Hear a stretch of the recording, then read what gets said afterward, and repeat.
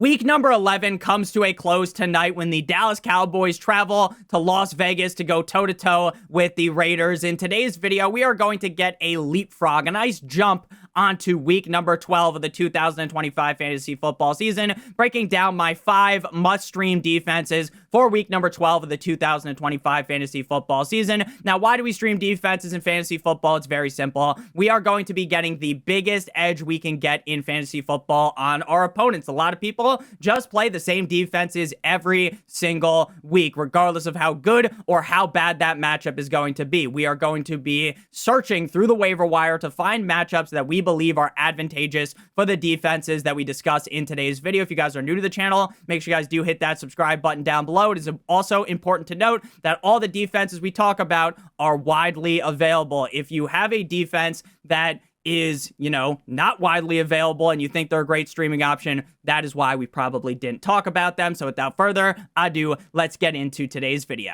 We begin with my number 1 defense to stream on the week, the Cleveland Browns at the Las Vegas Raiders in Viva Las Vegas. The Browns defense is currently rostered in 40.4% of leagues on NFL, 33% on Sleeper, 48% on Yahoo, and 40.7% over on ESPN. So if you play on CBS, if you play on MFL, if you play on any other fantasy football platform, then the rostership percentage may be slightly different, though I will note in some cases from one platform to the other, there could just be a drastic difference in ownership. Now, the Cleveland Browns defense stood on their head up against the Baltimore Ravens. If the Cleveland Browns had an ounce of offensive production from Dylan Gabriel and Shedeur Sanders, then we would have seen the Browns upset the Baltimore Ravens, but because the Browns basically just have a great defense and an offense that is completely and utterly useless, especially passing the football, the Cleveland Browns end up taking the L 16-23. The defense did their best, though. They had 5 sacks, 2 interceptions,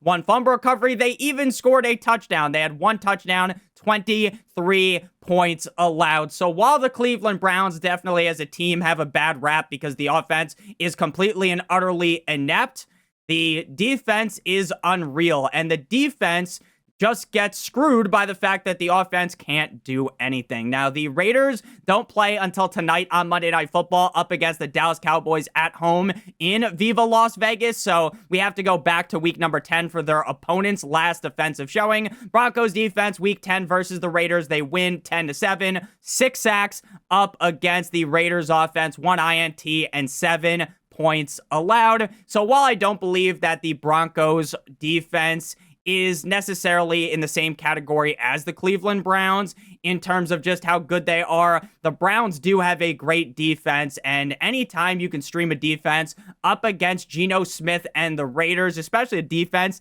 that's as good as the Cleveland Browns, it is going to be a recipe for great success. Now, the Cleveland Browns face the 49ers next week and have a tough schedule going forward. They have been so good, though, that honestly, if you wanted to play them up against the 49ers just so that you could get to play them up against the Titans in week 14, I definitely think that is acceptable, because going up against the Titans, that is just another offense that we love to pick on week in and week out. Now we move to the Atlanta Falcons at the New Orleans Saints. 33.8% rostered on NFL for the Falcons defense, 60% over on Sleeper, 53% on Yahoo, and 42.8% over on ESPN. The Falcons defense was a defense that I gave the Gawk Gawk 9000 special to last week. I really thought that the Falcons would show up against the Carolina Panthers. It made perfect sense. The Carolina Panthers offense has been on the struggle bus. And then up against the Falcons, the Carolina Panthers and Bryce Young rise like a phoenix from the ashes. It was truly incredible to watch. The Falcons choked away a humongous big lead in that game. They lose 27-30. They have 5 sacks and 30 points allowed. So the Falcons defense has been very hit or miss this season. I believe they have all of the pieces to be a successful defense, but for some reason it just doesn't work every single week. And the fact that Bryce Young was able to come back against them obviously is a knock against them. But again, a common theme of these videos is streaming defenses against teams like the Raiders, streaming defenses against teams like the Titans, like the Jets, like the New Orleans Saints, whose quarterback play frankly just is not up to snuff in my opinion. Now, the Saints were on bye last week, so we have to hop up in the DeLorean back to week number 10 for their last opponent's defensive showing. The Panthers defense week 10 versus the Saints, they lose 7-17, 2 sacks, 1 fumble recovery, and 17 points allowed. I did like how Tyler Shuck looked in that game, and maybe coming out the bye week, we get a new look New Orleans Saints offense, but they don't have Rashid Shaheed anymore because he got traded to the Seattle Seahawks. It's basically just Chris Olave, Jawan Johnson, as well as, the corpse of Alvin Kamara versus the world.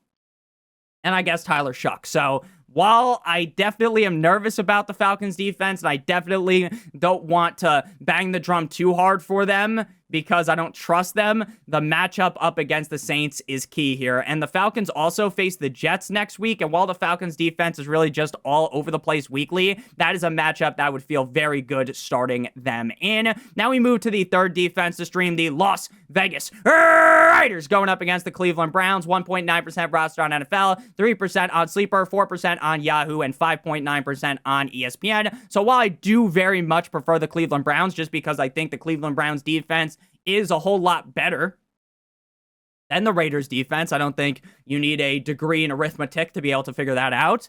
But Cleveland Browns offense isn't really good at all, and we have seen defenses that are complete and utter dick cheese play very well up against them. Now, Dylan Gabriel will start in this game if he clears concussion protocol. If not, it will be Shadur Sanders. The Raiders defense is widely available. 1.9% roster on NFL, 3% over on Sleeper, 4% on Yahoo, and 5.9% on ESPN. Like we talked about earlier, the Raiders play tonight on Monday Night Football against the Cowboys. So we have to go back to week number 10 for the last defensive showing. The Raiders defense week 10 at the Denver Broncos. They played very, very well defensively in that game. They end up losing 7-10 in an absolute snooze fest Thursday Night Football showing. 2 sacks, 2 INTs, and I'm just a little bit hungry recording this video. I apologize. 2 snacks, 2 snacks. I said it again. 2 sacks, 2 INTs, and 10 points allowed. The Ravens defense week 11 at the Cleveland Browns. They win 23-16, 3 sacks, 1 INT, and 10 points allowed. Again, while I am more of a Shadur Sanders fan than most people, while I do believe that you can't just write the fucking guy off Geno Smith style after one performance where he plays half the game, I don't really up against the Ravens defense, I don't think that means now that Shadur Sanders is a bust. But, all in all, I don't really expect Shadur Sanders to ball out in his first ever start for the Cleveland Browns up against the Raiders defense. So I do love the Raiders defense this week. The Raiders face the Chargers next week in LA, while the Chargers offense did just completely shit down their pant leg up against the Jacksonville Jaguars last week. I wouldn't touch the Raiders defense with a 10-foot pole in that division rivalry matchup. I, again, just don't really think the Raiders defense is all that good. Now we move to the Chicago Bears going up against the Pittsburgh Steelers. 49.2% roster on NFL, 25% on Sleeper, 37% on Yahoo, and 21.7% on ESPN. Before we break down the Bears defense, though, in the final defensive stream on the week, I would like to give you guys a quick word from our friends and our partner over at Underdog. If you're brand new to Underdog and sign up using promo code Notorious, or by clicking on the link in the video description, you will get a free pick plus a first-time deposit offer of up to $1,000 in bonus funds, as well as if you play $5 in the pick'em, you receive an additional $100 in bonus funds or in bonus entries. How does the pick'em work? It's incredibly simple. You make at least 2 picks on the higher or the lower. If those picks hit, you get paid. If you do multiple other picks, then the payout will be higher, but all of the picks need to hit, so make sure you guys do check that out using promo code Notorious or by clicking on the link in the video description. Now, Aaron Rodgers has a fractured wrist and will undergo tests to see if he can play up against the Bears. Ian Rappaport said that Rodgers is described as a true 50-50 coin flip for this spot. If he cannot go, then it's starting to get into wintertime. It's starting to get a little bit cold. Mason Rudolph, the red-nosed reindeer, will start in his place. The Bears defense, week 11 at the cold like Minnesota Vikings, win 19-7 up against Mr. 9, J.J. McCarthy. 2 sacks. I lied. 2 interceptions and 17 points allowed. No sacks in that game. Now, the Bears defense is another one of these defenses that is all over the place. Week in and week out, you can truly not get a great read on the Bears defense. I would not be surprised at all if Mason Rudolph, the red-nosed reindeer, was able to, glide into this game and just put belt to ass up against the Bears. It genuinely would not surprise me because I don't think the Bears defense is all that great, but there's also the, Mason Rudolph turns into a pumpkin and the Bears defense turns into the 85 Bears and they come alive in this spot and play amazing, right? It truly is, just like Rodgers' availability in this game, a coin flip how good the Bears defense will be because we have seen them put up good games this season defensively. It just has not been at a consistent level. Like last week, 2 interceptions, 17 points allowed. That's a very good defensive showing in my opinion. The Bengals defense, week 11 at the Pittsburgh Steelers, they lose 12-34. The Cincinnati Bengals have the worst defense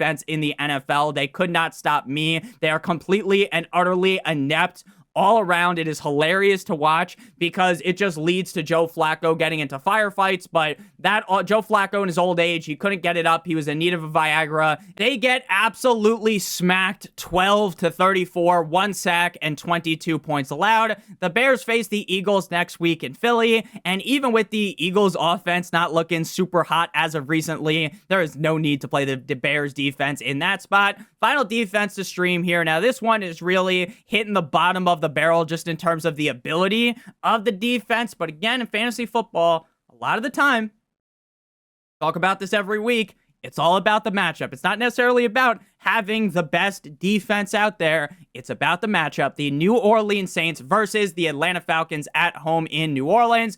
0.8% roster on NFL, 2% on Sleeper, 2% on Yahoo, and 1.2% on ESPN. So if none of these other defenses are available, you can play the New Orleans Saints. Now, Michael Penix is seeking a second opinion on what may be a season-ending knee injury as I record this. Safe to assume that Cole's Cash, Kirk Cousins will be starting this week.